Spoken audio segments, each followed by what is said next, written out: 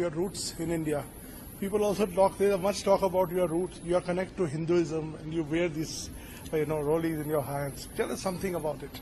Yeah, so I'm a proud Hindu, and that's how I was raised. That's how I am. Hopefully, I can visit a mandir while I'm here for the next couple of days. And yes, we've just had Raksha Bandhan, so from my sister and my cousins, I have all my Rakis. And I didn't have time to celebrate Janmashtami properly the other day, but hopefully, as I said, I can make up for that if we visit a mandir this time. But it's something that is important to me. I think faith is something that helps everybody who has faith in their lives, particularly when you have these stressful jobs like I do. Having faith to give you resilience, to give you strength is important, and the impact that Russia's illegal invasion is having on millions of people around the world, particularly on food prices.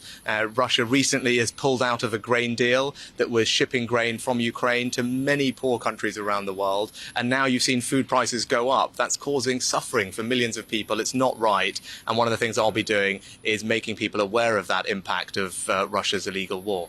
So do you think it will have an impact on, will cast a shadow on the consensus building? Do you think there will be problems, the final outcome of G20? No, I think there'll be many things that we'll be discussing here at the G20 under India's leadership, and I'm confident that we'll make very good progress on a range of different issues. I think G20 has been a huge success for India. India is the right country at the right time to be hosting this, and I feel we're going to have a very good couple of days of deliberations and decisions made. How do you like the theme of one family? I think it's a great theme, and actually, when you say one family, I'm an example of the incredible living bridge that Prime Minister Modi described between the UK and India. Almost 2 million people like me in the UK of Indian origin. That's why it's very special for me to be here as British Prime Minister, in the country where my family are from. So, can you give us some sense of a connect with India, like your roots here? Well, obviously, my wife is from here, from Bangalore. We got married in Bangalore. We used to spend lots of time together before we had children in Delhi, and we're trying to figure out if we can go to one of our old favourite restaurants this evening. But look, it's personally incredibly special for me to be back in India. It's a country I love dearly, a country where my family are from. But to come here in this role, to represent the UK, to find ways to forge closer links with India and play a part in making sure that India has an incredibly successful G20. And I'm very proud to see India doing so well on the world stage. Sir, coming to the bilateral part of it, a free trade agreement is underway, under discussion between the two countries. How soon can we expect to complete? Well, both Modi ji and I are keen to see a comprehensive and ambitious trade deal concluded between our two countries. Both of us think that there is a good deal to be done. But trade deals always take time. They need to work for both countries. And although we've made enormous progress, there is still hard work to go. And that's what we need to keep going through. The G20 is not the forum for those discussions. Of course, I will touch on that with Prime Minister Modi. But the teams are working very hard. But as I said, there's hard work to go, but we will keep working through it. But I think there is an enormous opportunity for both India and the UK to strengthen our economic cooperation, which will bring real benefits to our citizens in both countries. Can you tell us something about your equation with Prime Minister Modi? You have met him a couple of times now. Yes, and I have enormous respect for Modi ji, and he's been personally very warm and kind to me, and we're working very hard, as I said, on our shared ambition of concluding an ambitious and comprehensive trade deal between India and the UK, because both of us think that would be a good thing, and both of us need to make sure it works for our two countries. And at forums like this, I'm very keen to support Prime Minister Modi in making sure that this G20 is an enormous success for India, which I know it will be, and this has been a great year for India more generally. Sir, another question.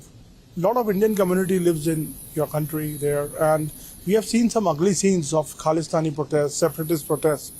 How do you secure Indian interests and there, because this is a big, huge issue between the two countries? Yeah, it's a really important question, and let me just say unequivocally that no form of extremism or violence like that is acceptable in the UK, and that's why we are working very closely with the Indian government to particularly tackle PKE, pro-Khalistan extremism. I don't think it's right. Our security minister recently was just in India talking to his counterparts.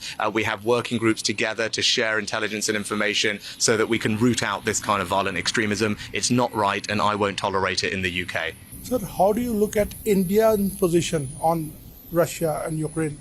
Well, it's not for me to tell India what positions to take on international issues, but I know India rightly cares about the international rule of law, the UN Charter and respect for territorial integrity. I think those are things that are universal values that we all share.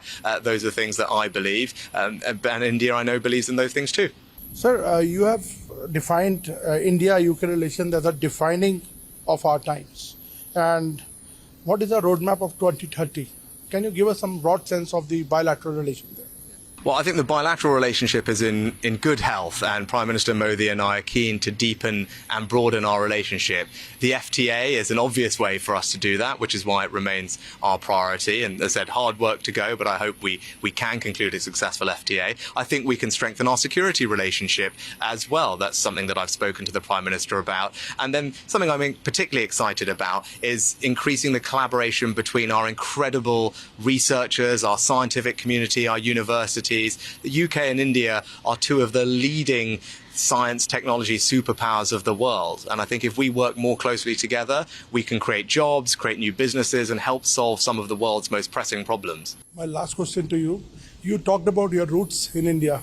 People also there's much talk about your roots. You are connected to Hinduism and you wear these, rollies in your hands. Tell us something about it.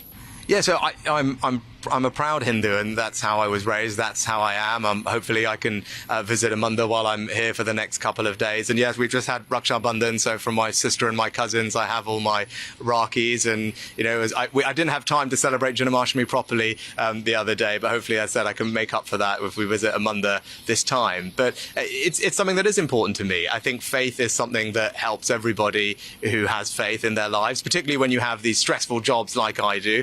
Having faith to give you resilience, to give you strength is important, and it provides an outlook on life which I find particularly valuable.